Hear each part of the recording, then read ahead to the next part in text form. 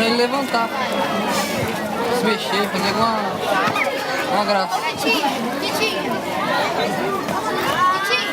de bengala. Eu acho que são duas questões básicas aí, né? Primeiro é o como, que é uma coisa mais ligada à tecnologia, ciência e tecnologia, mas tem uma outra questão que talvez seja mais importante, que é o quê, né? Porque é uma ilusão pensar, né, que você vá algum dia ter interesse, não é nem poder ter meios, né?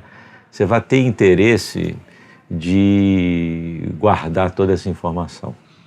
A gente tem acervos e memória, porque as fotografias tinham materialidade. Então, você encontra aquela caixa de sapato no guarda-roupa com imagens da sua família. Você encontra em museus, faculdades e arquivos caixas no porão com fotografias que em algum momento foram produzidas e que estão sendo resgatadas e tratadas hoje em dia.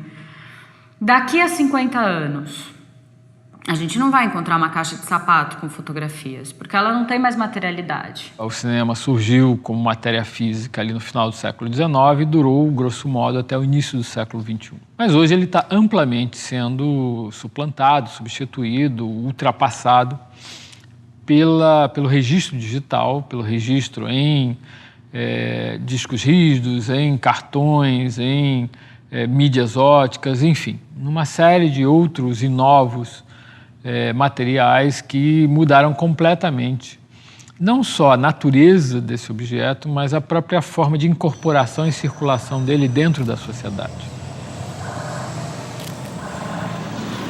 Eu combino, né, com o pessoal que eu fechei a festa, quantas fotos eles querem. Aí eu seleciono as melhores. Eu deixo guardado lá no computador. Aí quando eu vejo que tá ficando muito lento o computador, eu vou apagando as fotos. Parece que tem uma transformação geracional, que é assim como essas famílias de, sei lá, 50, 40 anos atrás tiveram essa oportunidade de 40 anos depois ter esses objetos de rememoração. Para a nossa geração, acho que essa relação com o passado e com esses pequenos artefatos de afeto vai ser completamente diferente, porque com o digital, a câmera digital, o vídeo, esses materiais não permanecem. Então, o artefato deixou de existir, apesar de ter o mesmo movimento de queremos filmar a família, compartilhamos fotos dos bebês, batizados, aniversários. A grande mudança é que esses materiais não vão permanecer. Então, você não tem esse movimento de um passado rememorado, deixa de ser um objeto de rememoração para se tornar uma outra coisa. Bom, então acho que no momento histórico em que a gente tem uma profusão, né, de imagens, uma proliferação em que todo mundo se filma o tempo todo e se fotografa, existe uma questão política institucional importante, que é como preservar essas imagens. Para o material físico, nós temos aí já 40 anos de pesquisa sobre como cuidar, como fazer com que dure mais, que tipo de material utilizar, que tipo de material não utilizar, como guardar. Então já existe uma forma, uma receita de como fazer tudo isso. O digital ainda não existe. Paradoxalmente, a melhor forma de você conservar qualquer peça de audiovisual é fazer uma separação nas 3 cores primárias, em RGB, em filme preto e branco de base de poliéster, não de triacetato de celulose, de poliéster, né? Separar a informação do vermelho, do verde e do azul em filme preto e branco e guardar numa mina de sal. Eu ando com essa maquininha pequenininha na bolsa, mas eu paro na rua às vezes. Às vezes é uma coisa que eu quero pensar depois, eu fotografo. Eu descarrego de tanto em tanto no computador para não perder, mas se eu perder, perdi. Esse conceito de que a informação é o que conta, que é o que organiza as coisas,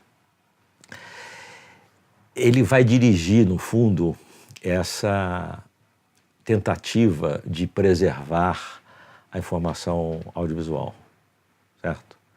Quer dizer, a formação de futuros bancos de audiovisual, de informação audiovisual, ela vai ser norteada por esses princípios todos que a gente colocou, esse espírito do tempo, essas curadorias antagônicas e tal, mas ele principalmente vai ficar no aleatório, né? A gente não vai saber, e essa riqueza que o aleatório dá é que é o mais interessante, quer dizer, pode ser que coisas muito importantes se percam, obras audiovisuais importantíssimas se percam e que outras não tão importantes permaneçam, mas o fato dessas não importantes também serem vistas no futuro, que foram preservadas, certo? Vai direcionar para uma outra coisa, quer dizer, a gente não vive em um mundo de excelência. E o novo mundo é um mundo em que, se há uma suposta facilidade de acesso aos equipamentos, de acesso às formas de uso desses equipamentos, à produção que é gerada por esses equipamentos, há uma série enorme de considerações em relação a esse novo mundo, que ao contrário do cinema, que teve uma obsolescência muito lenta, ou seja, ele na verdade saiu de cena depois de um século, esse novo mundo tem uma obsolescência muito rápida.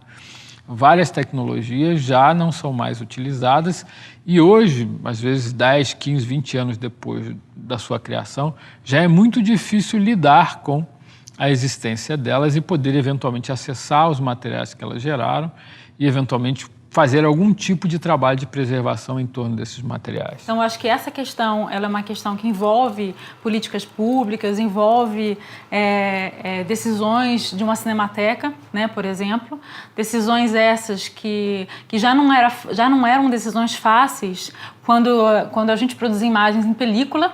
Né, ainda hoje, as cinematecas do mundo estão se debatendo sobre o que, né, que critérios usar para escolher aquilo que deve ser preservado e aquilo que não deve ser preservado. Quer dizer, isso em relação ao tempo. Claro que tudo deve ser preservado, mas a gente sabe que as películas vão se deteriorando e que o trabalho de preservação é caríssimo. Então, quando uma cinemateca decide que vai preservar uma obra em detrimento de outra, significa que essa outra pode, inclusive, pelo tempo que vai demorar, pode, inclusive, se perder, né? Se estragar de uma maneira incontornável.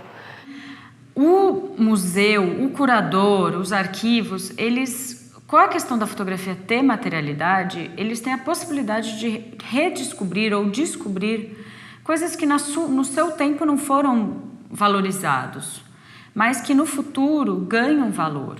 Talvez isso seja interessante, porque é isso. Tem que ser ao mesmo tempo produzir e pensar em como vou fazer isso durar, permanecer, assim.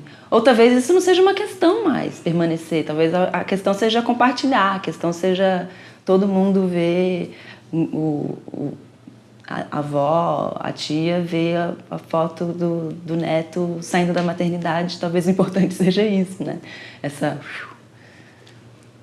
A imagem muito presente, né?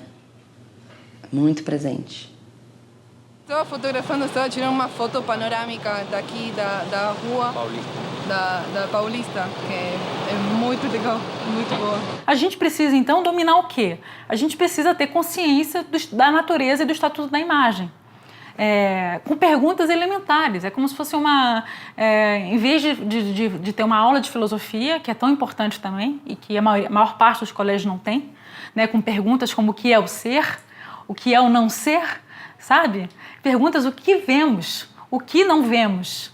Isso é fundamental, porque aí isso traria para o âmbito do cotidiano, para o âmbito da cultura, e não só para o âmbito dos especialistas em cinema, né, dos cursos de comunicação em cinema.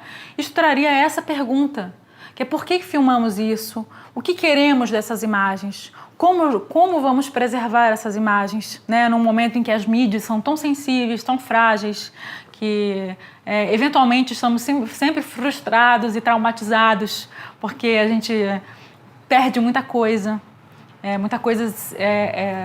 desaparece, outras coisas a gente também deleta. Mas é que tá, a ideia de guardar tudo, que já está se vislumbrando a possibilidade real de ter uma técnica que faça isso, será ela desejável? Eu acho que essa que é a pergunta. Será ela desejável? Porque você tem um argumento e diz assim, não, é como se você tivesse um acervo de informação que você a qualquer momento pudesse recuperar uma informação que para aquele momento histórico fosse interessante. Alguns filósofos que usam a expressão pós-humano, na medida em que todo o projeto ocidental se assentava ou se assentou durante muitos séculos sobre uma racionalização de todas as ações humanas. Essa racionalização, ela partiu do princípio do acúmulo do conhecimento. Esse acúmulo do conhecimento, que de um lado é tratado como memória, e do outro lado é tratado como, enfim, um conjunto de ciências que avança no tempo. Toda essa ideia de você ter o passado como algo produtivo, ela se colocou em xeque na medida em que esse projeto prometia uma sociedade melhor à frente. Bom, vamos supor que a gente tenha guardado todas as informações, que a gente possa buscar num determinado momento aquilo, né? Mas será que esse conhecimento, essa certeza que você vai poder acessar aquilo ali, não é também uma coisa paralisante? Quer dizer, você não vai ser levado por outras, né? Você vai ter um excesso de confiança no conhecimento retroativo que vai te paralisar? Quer dizer, a gente vai deixar de ser criativo na medida em que todas as soluções que já aconteceram tiverem à disposição? É uma pergunta. Não é uma pergunta de se jogar fora, é uma pergunta que está aí.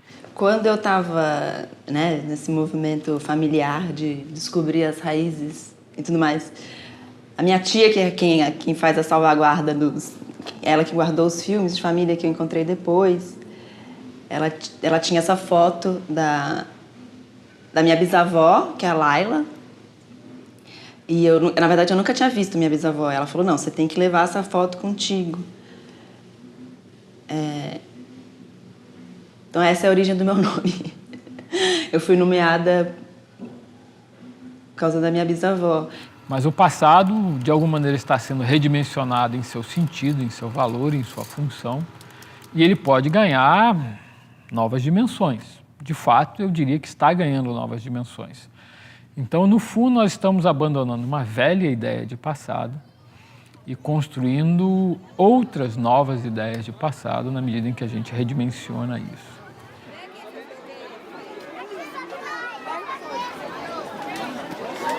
Esse só é os animais do elefante. O que você quer?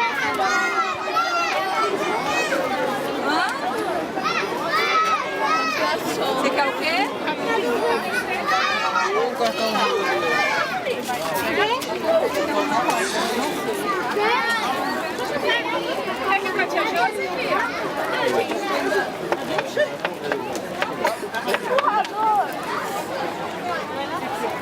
E é tudo mesmo nome.